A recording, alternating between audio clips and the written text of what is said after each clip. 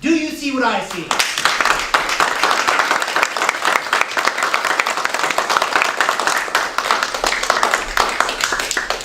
Thank you, Mr. Toastmasters. It's has been for me always a pleasure to hear any of the speeches you do.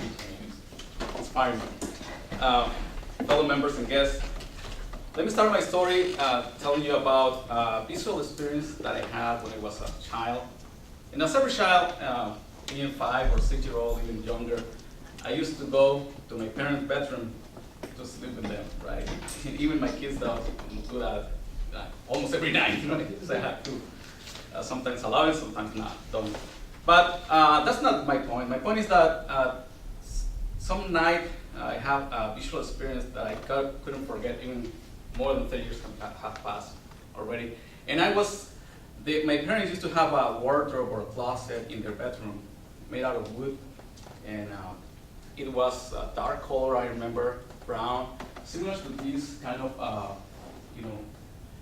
wardrobe that we have here. But and the wood made some strange figures like this one, right? Every wood has its own veneers. But when I remember once I was staring at the door of that closet, and suddenly, after a few minutes of looking at it, I just figured out there was a face, the shape of a face of a black, chubby guy looking at me, and staring at me and even laughing. And so I just was a little bit scared and turned my head to the other side and go back to the door. And again, I see that face of that black, chubby guy smiling at me. And I couldn't delete that. I mean, I cannot unseen that image from that door. And nowadays, I still remember that.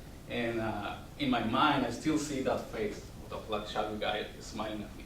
So, in other words, from one instant to another, the perception that I have from that closet changed, in an instant. And I would like to make you participant of that and show you that experience that I had.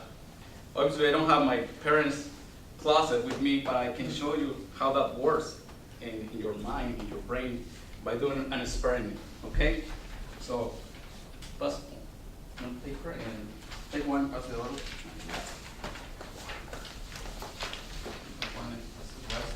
So take a look at example number 1.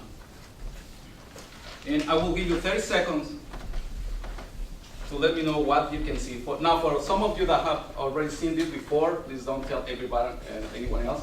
So take a look at number 1, please. This one. Yes, example number 1. And I will give you just 30 seconds, starting now.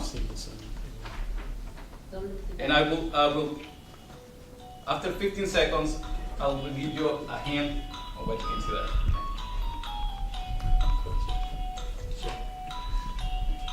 Okay, 15 seconds have passed.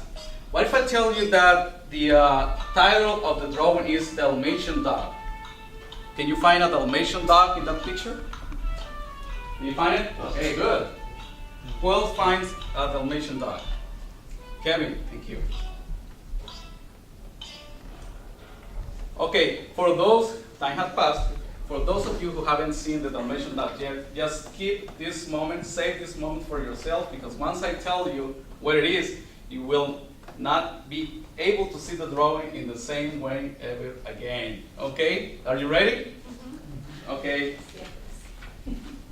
Here's my picture. It's the same as yours. I only draw the Dalmatian dog. So see if you can spot it on those black marks that you see.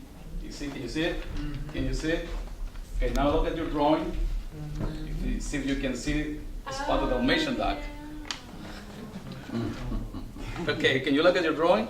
Now, I haven't changed anything on your drawing. However, you change your perception of your drawing, of that drawing, and now instead of just looking at some black spots over a white background, you are not able, the Dalmatian dog pops out, and the other things, the other shapes kind of fade out.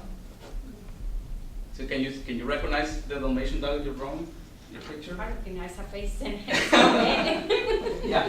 So what happened in our brains?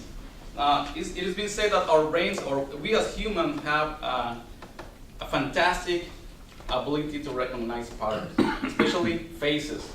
You know, there have been people claiming that they can see a face on Mars, or the face of Elvis in a tree, or the face of the Virgin Mary in a, pancake, or, there's even a website called Faces in Places, where people all over the world upload images, seeing faces in the most common objects of our daily life, like a door handle, the door, a house, they can see faces. So our ability to recognize patterns is tremendous as humans. And maybe that's the way that we learn, and we learn unconsciously, right? I put some other examples here as a bonus. You can take a look at them. And for instance, this text, for everyone that knows English, I'm sure you will be able to recognize what is being said there. Take a look later on. So, but this doesn't happen only on our visual context. This also happens in our audition or auditory context. For instance, some of you already recognize the song that I put in the thinking time, So, and some others don't, which are not familiar with that show, the TV show, maybe they don't even recognize it, right? But it was a famous experiment, or not experiment, movement back in the 1980s or late 80s and 90s. That some people were claiming that they were hearing some subliminal message in the rock music. That if, you can play this record backwards, you will hear some funny messages there, or subliminal messages. Even though that was not scientifically proven, but they claim they hear those messages. And once they told you, you also hear them, right? But before, if they didn't tell you anything, you will hear nothing. As you guys were looking at this drawing and say, wait a minute, this is just black spots or a white background. But once I told you there is a Dalmatian dog there, you guys found it, right? And now, after you see the drawing again, you just will see the Dalmatian dog again. So that part was part of my experience as a child. In summary, we as humans have extraordinary pattern recognition abilities, especially on faces. And so in the future, when someone tells you that you can, hey, wait a minute, I can see the World Cup logo here, but that's resembling of a face palm. A face palm position is like someone like doing like this. I put you an example there.